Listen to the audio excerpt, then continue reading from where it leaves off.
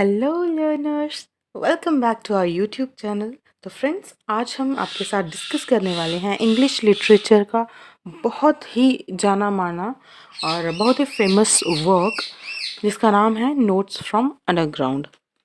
तो जो notes from underground है, इसको अच्छे से डिस्कस करेंगे। इसकी थोड़ी सी इंट्रो आपको बताएंगे, कब लिखा गया था, किसके द्वारा लिखा गया था, जो भी इम्पोर्टेंट चीज़ें आपको पता होनी चाहिए वो सब आपके साथ डिस्कस करेंगे। इसकी समरी करेंगे, करेक्टर्स के बारे में आपको बताएंगे, इसके कुछ जो सिंबल्स इसमें यूज़ करे गए हैं इम्पॉर्टेंट वो आपके साथ शेयर करेंगे। कुछ थीम्स होंगी, थीम्स भी आपको बताएंगे। बस आपको करना क्या है, वीडियो पूरी देखनी है, लास्ट तक बने रहना है ताकि आपको अच्छे से सब समझ आ जाए। And I am damn sure कि आपको आ भी जाएगा समझ। तो आप कमेंट करके भी बता सकते हैं आपको इसके अलावा कौन सा टॉपिक चाहिए, किस टॉपिक पे वीडियो चाहिए। तो आपसे तो आपसे रिक्वेस्ट ये है कि अगर चैनल पर नए हैं तो चैनल सब्सक्राइब कर दीजिए और वीडियो को लाइक कर दीजिएगा और शेयर भी कर दीजिएगा। तो चलिए स्टार्ट करते हैं हम। तो नोट्स फ्रॉम अंडरग्राउंड जो है वो लिखा गया है फाइडर दोस्तोवस्की द्वारा। तो अब फाइडर दोस्तोवस्की के बारे में कुछ हम जान लेते हैं चीज़ें, कुछ इंपॉर्टेंट चीज़ें जो आपको जाननी चाहिए। कुछ इंपॉर्टेंट चीज़ें जो भी हैं उसमें सबसे पहले आएगा उनका जो जन्म है। तो 1821 में ये पैदा हुए थे। इनके जो फादर थे वो डॉक्टर थे और पैदा कहाँ पर हुए थे, मॉस्को में। ठीक है, इसके अलावा इनका जो फर्स्ट नॉवल था ये भी ज़रूरी है पढ़ना। तो फर्स्ट नॉवल जो था इनका, उसका नाम था पोर फॉल्क। ठीक है, 1846 में ये पब्लिश हुआ था। इसके अलावा इंटरेस्ट की बात करें तो इनका इंटरेस्ट जो था वो इमेजिनेटिव राइटिंग में ज़्यादा था। मतलब इमेजिन करके चीज़ें लिखते थे। इमेजिनेटिव राइटिंग में ज़्यादा इंटरेस्ट था इनका। इसके अलावा ये अरेस्ट भी हो चुके हैं। ये अरेस्ट हुए थे अप्रैल 1849 में। अरेस्ट क्यों हुए थे, क्योंकि इनकी इन्वॉल्वमेंट पाई गई थी एक ऐसे ग्रुप के साथ जो कि इलीगली प्रिंट करती थी और सोशलिस्ट प्रोपागेंडा फैलाती थी। तो ये कुल मिलाकर 8 महीने तक ये जेल में रहे थे। इसके अलावा ये जो इनका वर्क है नोट्स फ्रॉम अंडरग्राउंड, ये 1864 में लिखा गया था। ये आप याद रखिएगा। इसके अलावा इनके जो और वर्क हैं जो इम्पोर्टेंट, मतलब वेल नोन वर्क्स में जो आते हैं, उनमें है क्राइम एंड पनिशमेंट जो कि 1866 में लिखा गया था। और इसके अलावा है द ब्रदर्स कामजोव जो 1880 में लिखा गया था। तो इसके अलावा जो ये जो नॉवल है ये रशियन लैंग्वेज में लिखा गया है। इसका टाइम और प्लेस की बात करें तो ये 1863 में लिखा गया था सेंट पीटर्सबर्ग में। और पहली बार ये पब्लिश हुआ था जैन टू अप्रैल 1864 में। इसका जो पब्लिशर था वो थी एपॉक मैगज़ीन। तो इनके द्वारा ये पब्लिश किया गया था। और सेटिंग टाइम की बात करें तो जो फर्स्ट पार्ट इसमें, अच्छा, इसमें जो अंडरग्राउंड नोट्स फ्रॉम अंडरग्राउंड है इसके 2 पार्ट्स हैं। फर्स्ट पार्ट जो है उसका नाम है अंडरग्राउंड और जो सेकंड वाला पार्ट है उसका नाम है अप्रॉप्स ऑफ द वेट स्नो। ठीक है, जो सेकंड वाला पार्ट है वो 1840s में सेट किया गया है और जो फर्स्ट पार्ट है वो 1860s में सेट किया गया है। और फर्स्ट पार्ट में जो अंडरग्राउंड मैन है उसकी 40 ईयर्स ऑफ एज है। सेकंड पार्ट में 24 ईयर्स के हैं। तो पहले वो फर्स्ट वाला पार्ट लिखते हैं, सेकंड पार्ट में वो अपनी फर्स्ट पार्ट वो प्रेजेंट टेंस में लिखते हैं, प्रेजेंट अपने जो टाइम की बात लिखते हैं। और जो सेकंड वाला पार्ट है उसमें वो अपने पास्ट के एक्सपीरियंसेस शेयर करते हैं। तो इसके अलावा सेटिंग प्लेस जो है वो है सेंट पीटर्सबर्ग। तो अंडरग्राउंड जो था फर्स्ट पार्ट वो 1863 में सेटिंग थी उसकी। और जो अप्रोप्स ऑफ वेट स्नो है वो 1847 में उसकी सेटिंग की गई थी। तो इसके अलावा थीम्स और मोटिव्स, कुछ सिंबल्स वगैरह होंगे वो भी डिस्कस करेंगे। पर उससे पहले आपको ये जो वर्क है ये 2 पार्ट्स में है डिवाइडेड। फर्स्ट पार्ट जो है वो दूसरे वाले पार्ट से छोटा है, शॉर्टर है। ये प्रेजेंट में लिखा गया है। जो सेकंड पार्ट है यानी कि अप्रोप्स ऑफ वेट स्नो, ये थोड़ा लेंदी है और ये पास्ट में लिखा गया है। पास्ट टेंस जो है इसमें यूज़ किया गया है। तो इस ये जो सेकंड वाला पार्ट है ना, इसमें जो अंडरग्राउंड मैन है उसकी इंटरेक्शन सोल्जर्स के साथ, स्कूलमेट्स के साथ और प्रोस्टिट्यूट्स के साथ जो है इसकी इंटरेक्शन, वो सब डिस्कस किया गया है सेकंड पार्ट में। तो अब हम डिटेल में पढ़ेंगे फर्स्ट पार्ट और सेकंड पार्ट। तो पहले हम पढ़ते हैं फर्स्ट पार्ट। तो फर्स्ट पार्ट जो है उसका नाम है अंडरग्राउंड। बट इससे पहले आपको बता दें कि ये जो नोट्स फ्रॉम अंडरग्राउंड है, ये इसको कंसीडर किया गया है one of the first existentialist work. तो अब एग्जिस्टेंशियलिस्ट वर्क होता क्या है, पहले उस पर बात कर लेते हैं, फिर आएंगे हम फर्स्ट पार्ट अंडरग्राउंड का, वो डिस्कस कर लेंगे। एग्जिस्टेंशियलिज्म एक ऐसी फ़िलॉसफी है जिसमें माना जाता है जो इंसान है वो फ्री होना चाहिए, उसे कोई भी फोर्स कंट्रोल नहीं करनी चाहिए, और उसे कोई भी ऐसा नहीं होना चाहिए कि उसे कोई और डिक्टेट कर रहा है। मतलब वो बिल्कुल फ्री होना चाहिए और लिबरल होना चाहिए अपने काम को लेकर। किसी के द्वारा कठपुतली ना हो वो किसी की, खुद अपना जो भी वो काम करे उस सब के लिए, जो भी एक्शंस करता है उस सब के लिए वो खुद ही रिस्पॉन्सिबल हो। किसी पे कोई इल्ज़ाम ना आए कि उसने ऐसा किया था, वो खुद ही अपनी करता हरता जो है वो खुद ही हो। तो अब ये जो अंडरग्राउंड है, नोट्स फ्रॉम अंडरग्राउंड बोला जाता है, इसका जो अंडरग्राउंड मैन है ये खुद नरेटर, राइटर जो है वही है नरेटर, फेडर डोस्टोवेस्की। तो वो अपनी लाइफ के कुछ एक्सपीरियंसेस शेयर करते हैं इसमें, ऐसा माना जाता है। तो अब फर्स्ट पार्ट की बात करते हैं। तो फर्स्ट पार्ट में जो अंडरग्राउंड मैन है वो अपने एक्सपीरियंसेस शेयर करता है और जो भी आइडियाज़ वगैरह हैं वो सब शेयर करता है। तो वो पहले बताता है कि वो एक सिविल सर्वेंट है, सिविल सर्वेंट रहा था। तो वो मतलब बिल्कुल स्पाइटफुल है, यानी कि हेटफुल है। वो किसी से बात करना पसंद नहीं करता और कोई उससे बात करना भी पसंद नहीं करता। वो अपने आप को ओवरली इंटेलिजेंट समझता है। मतलब वो सोचता है कि पूरी दुनिया में वो सबसे ज़्यादा इंटेलिजेंट है। जो ऐसे लोग होते हैं वो ओवर थिंकिंग ही करते हैं। अपने वो इतने ज़्यादा ओवर थिंकिंग करते हैं, वो खुद ही ख्यालों में खोए रहते हैं, उनको कुछ लेना देना नहीं होता दुनिया से।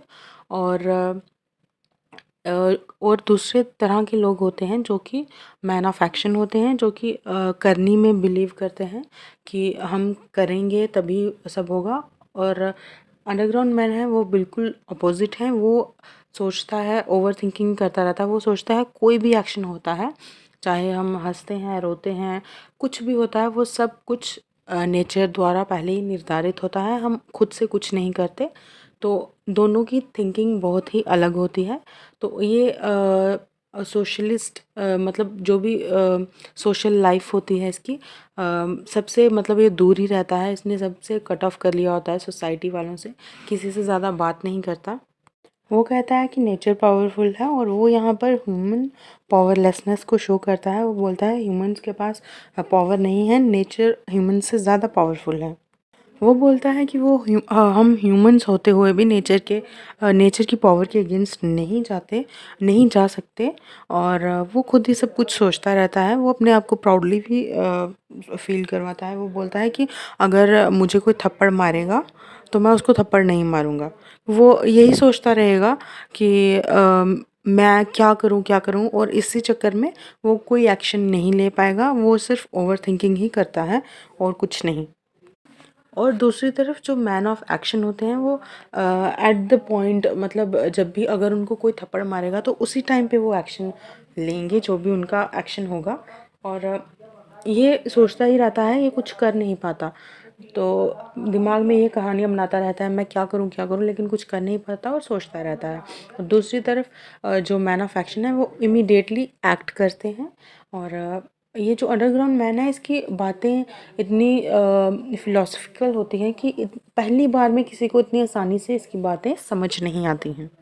ये जो अंडरग्राउंड मैन है ये मैन ऑफ एक्शन को स्टूपिड समझता है, क्योंकि वो एट अ टाइम एक्शन लेते हैं। और ये बोलता है कि वो बिना कुछ सोचे समझे एक्शन ले लेते हैं, और मैं सोचकर एक्शन लेता हूँ। वो एक हद तक देखा जाए तो वो उनसे जेलस भी फील करता है, क्योंकि वो नहीं कर पाता एक्शन, और वो action at the time action कर देते हैं इमीडिएटली। फिर दोबारा से अंडरग्राउंड मैन जो है वो नेचर की बात करता है, बोलता है कि हम ह्यूमंस जो है नेचर से ज़्यादा पावरफुल नहीं हैं, जो नेचर है वो ही सबसे ज़्यादा पावरफुल है। वो एग्जांपल देकर बताता है कि जैसे हमें एक टूथ एक होती है, दांत में दर्द होता है, तो वो हम हमारे हाथ में नहीं है कुछ, वो नेचर द्वारा निर्धारित किया होता है कि हमें टूथ एक होगी, इस पर हमारा बस नहीं चलेगा। हाँ, नो डाउट कि हम मेडिसिन वगैरह लेकर हम रिलीफ करवा सकते हैं खुद को, लेकिन ये जो पेन है ये नेचर द्वारा दी गई पेन है, तो हम इसमें कुछ नहीं कर सकते, वो बोलता है। और वो इस पेन को इंजॉय करता है, बोलता है कि मैं इंजॉय कर रहा हूँ इस पेन को, और वो इस पेन के अगेंस्ट नेचर के साथ कुछ लड़ाई नहीं कर सकता, क्योंकि वो खुद को नेचर से छोटा समझता है और वो कहता है कि नेचर ही सब कुछ करता है। और जो अंडरग्राउंड मैन है वो खुद को स्लगर्ड समझता है, यानी कि वो बोलता है कि मैं बहुत ज़्यादा लेज़ी हूँ, और वो इस चीज़ के लिए कुछ करना भी नहीं चाहता, वो लेज़ी ही रहना चाहता है। इसके बाद जो है अंडरग्राउंड मैन बात करता है जो लोग गलत काम करते हैं और बोलते हैं हमें पता नहीं था, तो वो इस टॉपिक पे आ जाता है दोबारा और बोलता है कि जो लोग गलत कुछ भी करते हैं और बोलते हैं हमें पता नहीं था, हो गया नेचर द्वारा, तो जो भी है उनको वो अपोज करता है, बोलता है कि ये सरासर बेवकूफ़ी है। वो कहता है कि वो बैड थिंग्स इसीलिए करते हैं क्योंकि उनको पता नहीं होता, उनके पास कोई रीज़न नहीं होता, कोई लॉजिक नहीं होता, और अगर इन केस उनके पास कोई लॉजिक हो तो वो ऐसा कुछ गलत करें ही ना, तो सब कुछ सही ही हो। अगर वो मतलब इस तरह से सीरियस होके सब करें, लॉजिकली करें, तो वो कुछ गलत कर ही नहीं सकते। अंडरग्राउंड मैन कहता है कि जो ह्यूमंस हैं वो लॉजिकल तो हैं, लेकिन वो प्रायोरिटी उन चीज़ों को देते हैं जो काम वो करने में इंजॉय करते हैं, और इसी चक्कर में इस चीज़ का नाम वो दे देते हैं कि उन्हें कुछ समझ नहीं थी। समझ सभी होती है, लेकिन वो काम ऐसा करते हैं, प्रायोरिटी ऐसे कामों को देते हैं जो उनको इंजॉयबल लगे, और इसी चीज़ का नाम वो गलती बोल देते हैं। इसके बाद वो बात करता है उन लोगों की जो बोलते हैं कि यूटोपियन सोसाइटी फॉर्म होनी चाहिए। यूटोपियन सोसाइटी वो सोसाइटी होती है जहाँ सबको इक्वालिटी हो, सब लॉजिकल होते हैं, और इक्वालिटी होती है सबको, सब फ्री होते हैं, लिबरल होते हैं। तो लोगों का मानना था कि जब यूटोपियन सोसाइटी हो जाएगी तो सब साइंटिफिक हो जाएंगे, सबके पास एक लॉजिक हो जाएगा, सब जो हैं लिबरल रहेंगे, और सब आज़ाद रहेंगे, अच्छे से रहेंगे। बट ये जो अंडरग्राउंड मैन है वो बोलता है कि अगर ऐसा होगा, सबके पास रीज़न होगा, लॉजिक होगा, सब कुछ ऐसा होगा, तो वो लोग मशीन बन जाएंगे। वो बोलता है फिर लोगों को वैसे ही एक्ट करना पड़ेगा जैसे रूल्स और रेगुलेशंस होंगे, जैसा लॉजिक सेट किया होगा उनको वैसे ही काम करना पड़ेगा, और वो मशीन्स की तरह ही काम करेंगे, रोबोट्स की तरह। वो बोलता है इस तरह से जो लोग हैं वो पियानो कीज़ बन जाएंगे, मशीन के कुछ पार्ट बन जाएंगे जिनको पहले से ही ट्रांसफॉर्म करके रखा हुआ है, वो खुद से कुछ सोच नहीं सकते, तो वो जस्ट मशीन रह जाएंगे, उससे ज़्यादा उनकी कोई वैल्यू नहीं होगी। अंडरग्राउंड मैन बोलता है कि जो यूटोपियन सोसाइटी है ये साइंटिफिक नॉर्म्स में ठीक हो सकती है, लेकिन ये रैशनल सोसाइटी पॉसिबल नहीं है, क्योंकि हर इंडिविजुअल की अपनी अपनी नीड्स होती हैं, अपने तरीके से वो जीना चाहता है, लिबरल होता है। अगर सब कुछ पहले से निर्धारित होगा वो कठपुतली की तरह बन जाएगा वो, और जो ऐसा होगा जब, तो बिल्कुल जो हमारी सोसाइटी है वो डेवलप नहीं करेगी। अगर सोसाइटी में सबकी जब नीड्स अलग अलग नीड्स होती हैं सब लोगों की, तो हम कंपटीशन बढ़ता है, और कंपटीशन बढ़ने से जो हमारी सोसाइटी है वो डेवलप होती है।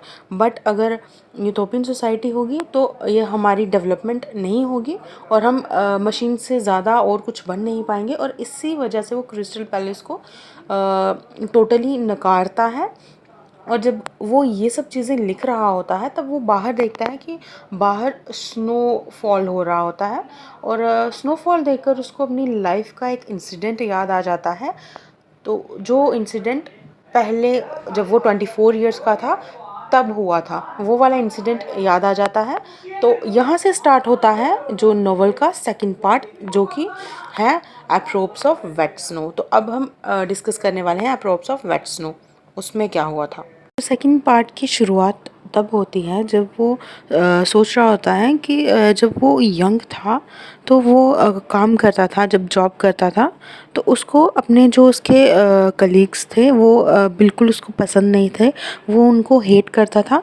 इसके अलावा जो भी लोग उनके पास अंडरग्राउंड मैन के पास काम करवाने के लिए आते थे, वो उनसे भी रूडली बात करता था और तानाशाही करता था। और इसी वजह से ऐसे उसके इसी बिहेवियर की वजह से वो सबसे दूर होता गया और फिर वो अपने आप को अंडरग्राउंड कर लेता है, सोसाइटी में किसी से बात नहीं करता, बिल्कुल अंडरग्राउंड हो जाता है अपने इस बर्ताव की वजह से, क्योंकि लोग बिल्कुल भी टॉलरेट नहीं करते इस तरह का बर्ताव, तो वो कट ऑफ कर लेता है बिल्कुल सबसे और अंडरग्राउंड हो जाता है। फिर वो सोचता है फिर वो सोचता है कि वो कैसे अपने एक दिन फ्रेंड से मिलता है जिसका नाम होता है सिमनोव। तो वो उससे मिलता है, वो उसका स्कूलमेट होता है।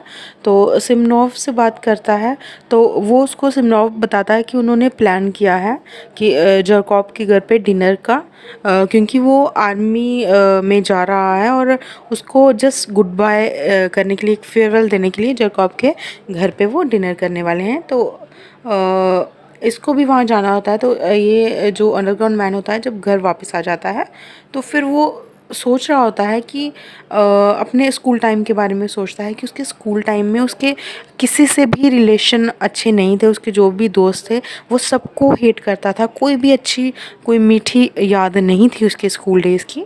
तो उसके बाद अगले दिन जब वो पार्टी डिनर की डेस्टिनेशन पे पहुंचता है तो वो सबसे पहले पहुंच गया होता है। दरअसल वो टाइम पे पहुंचा होता है और उसके दोस्तों ने जो डिनर का टाइम है वो चेंज कर दिया होता है और उसको नहीं बताया होता है, और वो वहाँ पे वेट करता है। और जैसे ही उसके दोस्त यानी कि सिमनोव और जरकॉव वगैरह और भी बाकी वाले जो भी लोग थे सब लोग वहाँ आते हैं, तो वो उन पे चिल्लाना शुरू कर देता है कि आपने मुझे नहीं बताया, खुद टाइम चेंज कर दिया, वगैरह वगैरह बहुत कुछ बोलता है। तो इस बात पे सिमनोव जो होता है वो और साथ में बाकी वाले जो भी थे जरकॉव वगैरह, वो उसकी इंसल्ट करते हैं बहुत ज़्यादा और उस पे चिल्लाते हैं और उसको इग्नोर कर देते हैं टोटली। बट फिर वो सब जब बॉर्थॉल में जाते हैं तो उसके बाद जो अंडरग्राउंड मैन था उसके पास पैसे नहीं थे, तो वो सिमनोव को रिक्वेस्ट करता है कि वो उसे कुछ पैसे दे दे, और सिमनोव उसको पैसे देकर चला जाता है। फिर वो उनके पीछे पीछे गर्दन झुकाए चलता जाता है और वो सोचता जा रहा होता है कि जब हम वहाँ पहुँचेंगे तो सब लोग जो हैं वो मुझसे माफ़ी मांगेंगे सॉरी, सब लोग माफ़ी मांगेंगे और सबको गिल्ट फील होगा कि उन्होंने अंडरग्राउंड मैन की इंसल्ट क्यों करी। सब माफ़ी मांगेंगे और वो जो सिमनोव है उसको ज़ोर से एक चांटा लगाएगा और वहाँ पर फिर पुलिस आ जाएगी, उन सबको पकड़ कर ले जाएगी। वो ऐसे ही मतलब सोचता रहता है, वो ओवर थिंकिंग बहुत ज़्यादा करता है। तो जब वो वहाँ पर पहुँचते हैं बॉर्थोल, तो वहाँ पर वो मिलता है एक लीज़ा नाम की लड़की से, जो कि एक यंग लेडी होती है, प्रोस्टिट्यूशन का वो काम करती है, वो एक प्रोस्टिट्यूट होती है। तो वो उससे मिलता है तो उसको भी ज्ञान देने लग जाता है। उसको मतलब उसके साथ पूरी नाइट जो है डिनर करने के बाद, नाइट स्पेंड करने के बाद उसको जब सुबह मतलब बोलता है, पूरी ज्ञान देता है कि तुम ऐसी एक लड़की तुम्हारी तरह थी प्रोस्टिट्यूट, उसका कोई नहीं था, तो उसकी मतलब लास्ट टाइम जो था उसका डेथ टाइम उसका बड़ा मुश्किल से गुजरा क्योंकि उसका कोई भी रिलेशन नहीं था। तो उसको बोलता है कि तुम just find love, get married and be happy. और वो अपना एड्रेस देकर आ जाता है उसको, और जब उसको एड्रेस देकर आ जाता है तो फिर घर आ जाता है, बहुत गिल्ट फील करता है कि मैंने एड्रेस तो दे दिया, कहीं वो यहाँ ना आ जाए। अब वो मतलब जो था वो तानाशाही अपने नौकरों पे भी करता था और ख़ुद को सुपीरियर बताने के लिए कई बार उनके जो वेजेस हैं, जो उनकी तनख्वाह है, वो भी रोक कर रखता था ताकि वो उसके आगे गिड़गिड़ाएं और बोलें आप ये आप बड़े हो, दे दो ये वो। तो वो अपनी सब ऐसे ही करता था, सब पे ऐसे वायलेंट होता था। इसी वजह से वो उसका कोई मतलब कोई भी उससे ज़्यादा प्यार नहीं करता था, सब उससे नफ़रत करते थे उसके बर्ताव की वजह से। और वो भी किसी से ज़्यादा बैठता उठता नहीं था किसी के साथ, वो भी सबसे नफ़रत करता था। और फिर एक दिन वो अपने जो उसका नौकर होता है अपोलो, उसको ज़ोर ज़ोर से डांट रहा होता है किसी बात को लेकर, और लीज़ा वहाँ पर आ जाती है। तो वो सोचता है कि मेरी पॉवर्टी देखकर लीज़ा पता नहीं क्या सोचेगी क्या नहीं, तो वो क्या करता है, लीज़ा की बेइज्जती करना स्टार्ट कर देता है, उसको कुछ ना कुछ बोल देता है और पैसे उठा के उसके हाथ पे थमा देता है और बोलता है कि तुम पैसों के लिए आई हो ना, तो ये रखो पैसे और जाओ। लीज़ा वहाँ से चली तो जाती है लेकिन वो पैसे वहीं पर छोड़ के जाती है, क्योंकि वो एक सेल्फ़ रिस्पेक्ट वाली आप बोल सकते हैं उसको, शायद अपनी सेल्फ़ रिस्पेक्ट की कदर ज़्यादा थी, इसलिए वो पैसे वहीं पे फेंक कर चले जाती है। ये सब सोच के कि वो चले गई, इस तरह से गई, उसको भी थोड़ा गिल्ट फ़ील होता है और वो उसके पीछे-पीछे जाने की, मतलब जैसे ही जाता है तब स्नोफॉल हो रही होती है, तो उसके उसी टाइम पे हो रही होती है स्नोफॉल, पहले भी हुई होती है, तो उसके फुटप्रिंट्स जो है स्नोफॉल की वजह से उसको पता नहीं चलता कि वो किस तरफ गई है। पीछे जाता है सॉरी बोलने के लिए लेकिन पता नहीं चलता और उसके बाद वो कभी उससे नहीं मिलता। तो ये कहानी यहाँ तक थी। उसके बाद जो हम राइटर हैं वो हमें बताने की कोशिश करते हैं कि जो अंडरग्राउंड मैन है वो उसने लिखना बंद कर दिया। ऐसा अंडरग्राउंड मैन बोलता है कि उसने लिखना बंद कर दिया, लेकिन राइटर बताने की कोशिश करते हैं कि उसने लिखना कभी भी बंद नहीं किया। अभी वो अकेला रहता था, अंडरग्राउंड था, सबसे किसी से बात नहीं करता था, कट ऑफ था टोटल। तो वो करता क्या, अपनी बोरियत दूर करने के लिए वो राइटिंग करता था, तो वो उसने कभी भी राइटिंग करना नहीं छोड़ी। तो ये थी ओवरऑल इसकी समरी। आई होप आपको अच्छे से समझ आ गई होगी। आप अपने कमेंट्स भी ज़रूर शेयर करें प्लीज़, ताकि मुझे पता चले कि आपको किस तरह से लग रही है ये वीडियो। तो अब इसके बाद हम कैरेक्टर पढ़ेंगे, मतलब कौन कौन सा कैरेक्टर है, मेन कैरेक्टर्स देखेंगे और अंडरग्राउंड मैन से उसका क्या रिलेशन है, ये सब देखेंगे। तो सबसे पहले हम अंडरग्राउंड मैन का ही कैरेक्टर देख लेते हैं। थोड़ा थोड़ा ओवरव्यू देंगे हम आपको। तो जो अंडरग्राउंड मैन है वो एनोनिमस नरेटर है और वो एक प्रोटोगोनिस्ट है नोवेल का। अंडरग्राउंड मैन है जो वो माइनर सिविल सर्वेंट होता है, जो कि 19th सेंचुरी में सेंट पीटर्सबर्ग में रहता है, और जो रिटायर हो गया होता है और जिसको हम बोलते हैं कि अंडरग्राउंड, टोटली अंडरग्राउंड हो चुका होता है वो।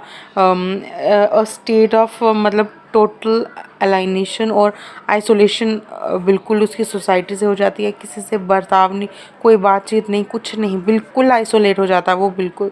और जो अंडरग्राउंड मैन है वो बिलीव करता है कि वो सबसे ज़्यादा इंटेलिजेंट है और बाकी लोगों से, बाकी दुनिया में जितने भी लोग हैं उन सबसे ज़्यादा इंटेलिजेंट है। और इसके बाद वो इन्फीरियर भी फील करता है कई बारी और ह्यूमिलेटेड भी। और इसके अलावा हमें इसके कुछ दोस्तों के बारे में इस जो नॉवल है इसमें पता चलता है। उनके बारे में जानेंगे। पहले लीज़ा के बारे में बात कर लेते हैं। लीज़ा जो थी वो एक यंग प्रोस्टिट्यूट थी, जो कि जिसको अंडरग्राउंड मैन जो है वो रेस्क्यू करने की कोशिश करता है after sleeping with her at a बॉर्थल।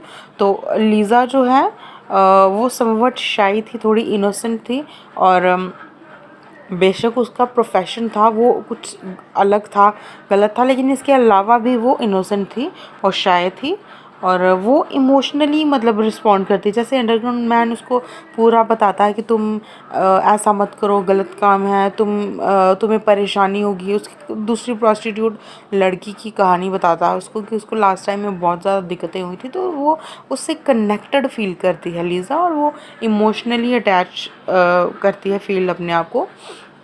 और जो अंडरग्राउंड मैन के जो एफ़र्ट्स थे उसको कन्विंस करने के, ताकि वो गलत रास्ते छोड़ दे, तो वो बड़ा ज़्यादा मतलब इमोशनली अटैच करती है इन सब चीज़ों से।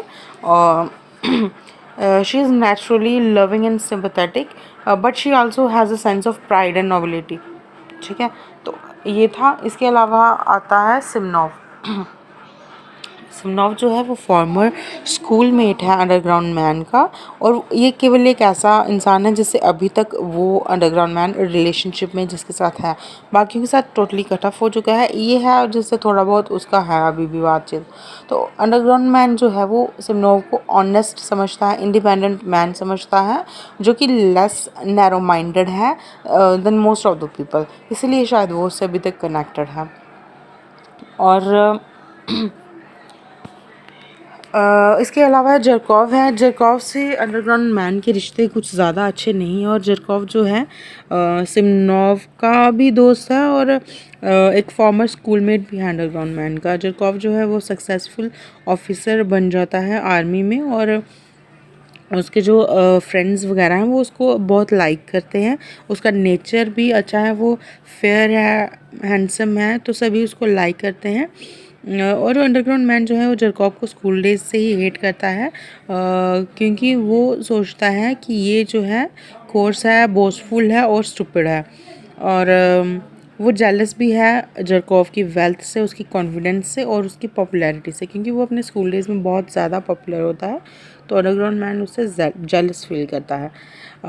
इसके अलावा इसके और भी बहुत सारे स्कूलमेट्स थे, जैसे कि फंकिन, और इसके अलावा अपोलोन जो था उसका सर्वेंट है, वो कई बारी जो अंडरग्राउंड मैन है उसकी पे को रोक कर रखता है, ताकि वो उसकी प्राइड को ठेस पहुंचा सके और बोले कि ये जता सके कि मैं सुपीरियर हूँ बस इस लिए। और अंडरग्राउंड मैन जिस तरह से अपोलो बात करता है अपोलोन, और उसकी जैसे लुक्स हैं, उस चीज़ को वो हेट करता है, बट वो इम्प्रेस्ड भी है उसकी, मतलब जिस तरह से अपोलोन बात करता है, उसके बात करने का तरीका इतना अच्छा है कि वो उससे जेलस करता है।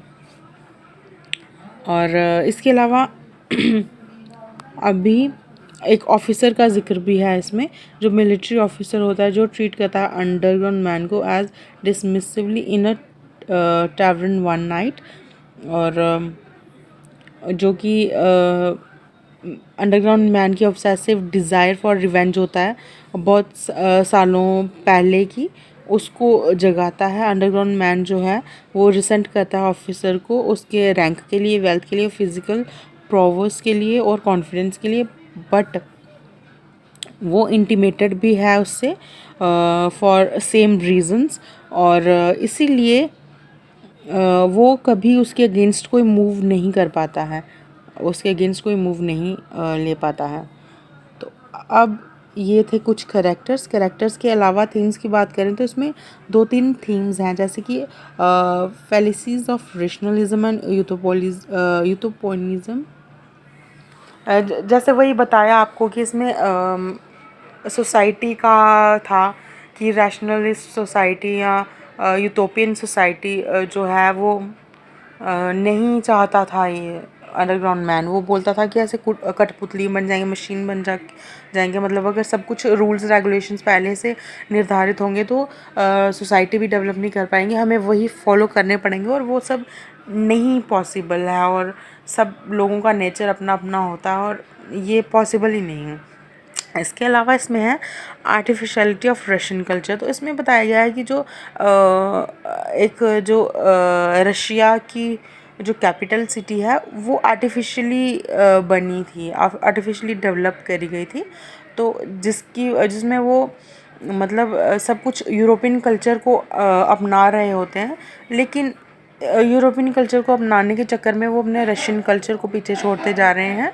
और 19th सेंचुरी का जो रशियन मैन है उसको कंसीडर किया गया है डेवलप्ड और एजुकेटेड, अगर वो फैमिलियर है वहाँ की, मतलब अगर वो फैमिलियर है लिटरेरी और philosophical traditions of Germany, France और इंग्लैंड।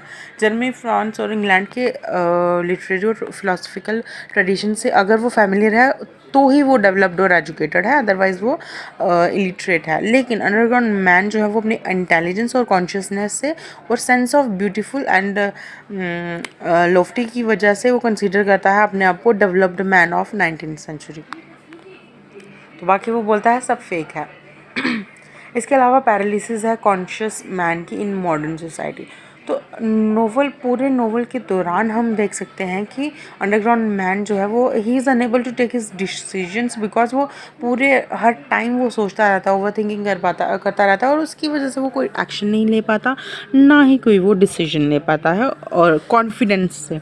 मतलब कोई भी काम कॉन्फिडेंस से नहीं कर पाता, वो एक्सप्लेन करता है अपनी inability due to intense degree of consciousness, ठीक है। इसके अलावा जो अंडरग्राउंड मैन है वो ही is able to imagine the variety of consequences that every action could have, मतलब उसको सब पता है कि इमेजिन कर सकता है वो कि हर एक्शन का क्या रिएक्शन होगा, हर स्टेटमेंट के अगेंस्ट क्या पॉसिबल आर्ग्यूमेंट्स होंगे, सब कुछ वो इमेजिन कर पाता है। और वो बोलता है कि हम कोई भी मतलब डिसीजन लेते हैं, कोई डिसीजन ले रहा है अगर इंसान, तो हमें शायद सरफेस से लगे कि आसान है, लेकिन वो इतना आसान नहीं होता, वो कम्प्लेक्स होता है। तो इसी वजह से जो मॉडर्न सोसाइटी का जो कॉन्शियस मैन है वो पैरालाइज्ड लगता है कि उसके हाथ में कुछ नहीं है, लेकिन सब होता है। इसके अलावा मोटिव्स की बात करते हैं, पर उससे पहले आपको बता दें मोटिव होता क्या। मोटिव होते हैं रिकरिंग स्ट्रक्चर्स या फिर कॉन्ट्रास्ट या फिर literary device that can help to develop and inform the text major themes. जो टेक्स्ट है उसके मेजर थीम्स को जो डिपिक्ट करते हैं, जो उसको डेवलप करने में, इन्फॉर्म करने में मदद करते हैं, ठीक है। इसमें आ गया वेट्सनो। तो जो अंडरग्राउंड मैन है वो ही seem to be snowing in the world, ठीक है। फॉलिंग वेट जो है वो उसको एक एलिमेंट लगता है सेटिंग का, वो एलिमेंट के यूज़ में रूप में यूज़ करता है। और उसको बाहर जो स्नोफॉल हो रही होती है उसको स्नोफॉल देखकर अपने जो अपने यंग था जब वो अपने यंगस्टर अपने दोस्तों के साथ जो भी उसकी मतलब जो भी अपने यंग टाइम पे जितनी भी बातें हुई थी उसको धीरे धीरे करके सब याद आती हैं। तो ये सब इसमें आपको दिखा दिया, पहले ही बता दिया। और जो अपना डिनर जो होता है उसका जर्कॉफ के साथ और उसका जो एनकाउंटर होता है लीज़ा के साथ, वो सब कुछ याद करता है। इसके अलावा है एल्होमन डीला नेचर एट डीला वर्टाइल। ये एक लैटिन फ्रेज़ है जिसका मतलब है truth, the man of nature and truth. अभी इसके अलावा इसमें जो मोटिव यूज़ किया गया है वो है रिडीम्ड प्रोस्टिट्यूट का, जो कि लीज़ा जिसमें बताई गई है, लीज़ा की अपनी स्टोरी बताई गई है।